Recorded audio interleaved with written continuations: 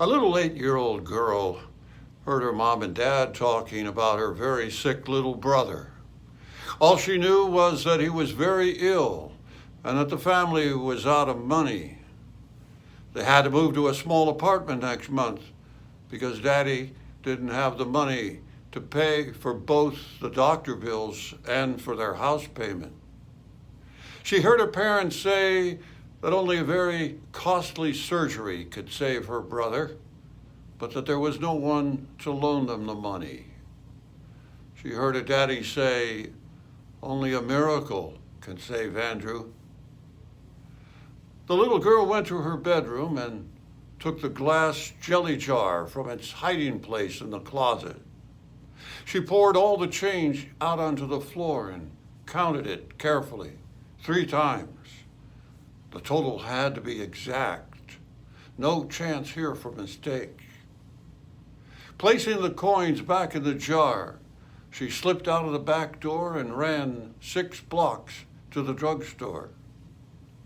She waited patiently for the pharmacist to give her his attention, but he was busy talking with someone.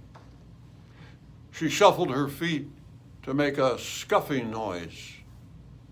He didn't even look at her. She cleared her throat with the most disgusting sound that she could muster. Still, he ignored her. Finally, she took a quarter out from her jar and banged it on the glass counter. That did it.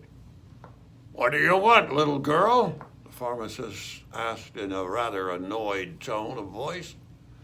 I'm talking to my brother from Chicago, who I haven't seen in ages. Well, I want to talk with you about my brother, the little girl replied. He's very, very sick, and well, I want to buy a miracle. I beg your pardon, said the pharmacist. His name is Andrew, and he has something bad growing inside of his head, and my daddy says that only a miracle can save him now. So, how much does a miracle cost? Well, we don't sell miracles here, little girl. I'm sorry I can't help you. I have the money to pay for it. If it isn't enough, I'll get the rest somehow. But just tell me how much it costs. The pharmacist's brother stooped down and asked the little girl, what kind of a miracle does your brother need? I don't know, the little girl replied with tears in her eyes. I just know he's really sick and Mommy says he needs an operation, but my daddy can afford it. So I want to use my money to help. How much do you have? The man asked. $1.11, she said, barely audible.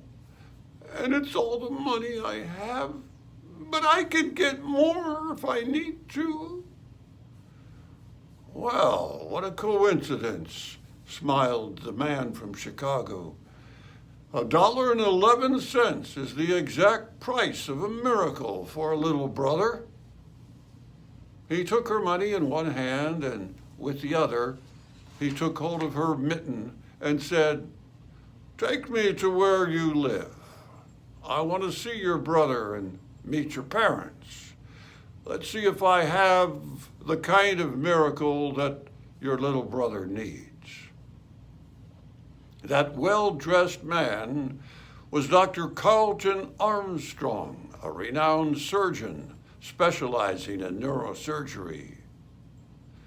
Well, the operation was a success and done without cost.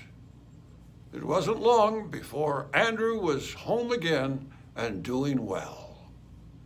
Mom and Dad were happily talking about the chain of events.